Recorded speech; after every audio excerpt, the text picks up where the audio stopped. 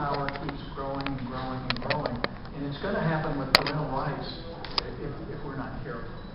So if you have some information, I'd appreciate it. Yes, ma'am. Excuse me, can we start with CNS News? Can you be more specific on what the threats are to parental rights under the treaty? Well, I mean, just overall is when you submit the rights of the parents in the United States to some international committee of the United Nations, it is first a terrible precedent for us as a nation, and not just in parental rights, in other areas that we've looked at. But it gives this commission, in effect, the right to enforce and arbitrate. It submits our federal laws, our national laws, to this treaty. And the fact is, we don't know exactly how it's going to evolve, but we know how bureaucracies work.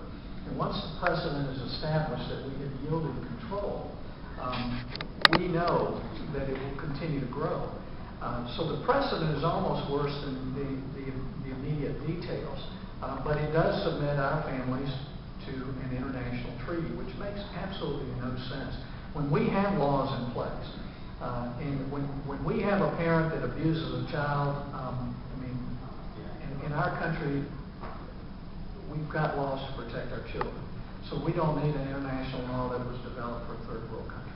Yes, ma'am. You mentioned we have laws that protect our children from abuse, but in fact, the National Center of Abuse and Neglect says that our children who are placed into these social service issues that you're speaking of, at 6.4% per 100,000 face worse neglect as opposed to 1.5% per 100,000.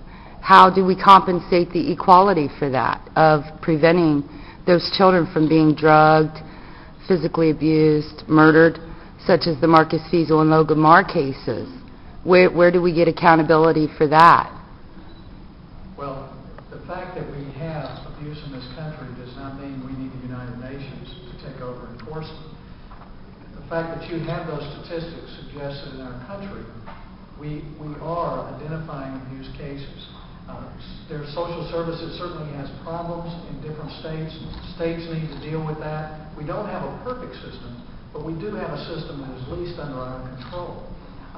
So there's abuse in this country. I know in the community I live in, there's a constant attention directed towards child abuse, what we can do about it through our volunteer agencies, through the local community. That's where it needs to stay. The fact that there's not perfection in our system does not mean we go to the United Nations for help. Because if we look at the cases of what they're doing, even when they're providing aid around the world, we have many more cases of abuse that come up from their aid workers than the statistics you're suggesting right now.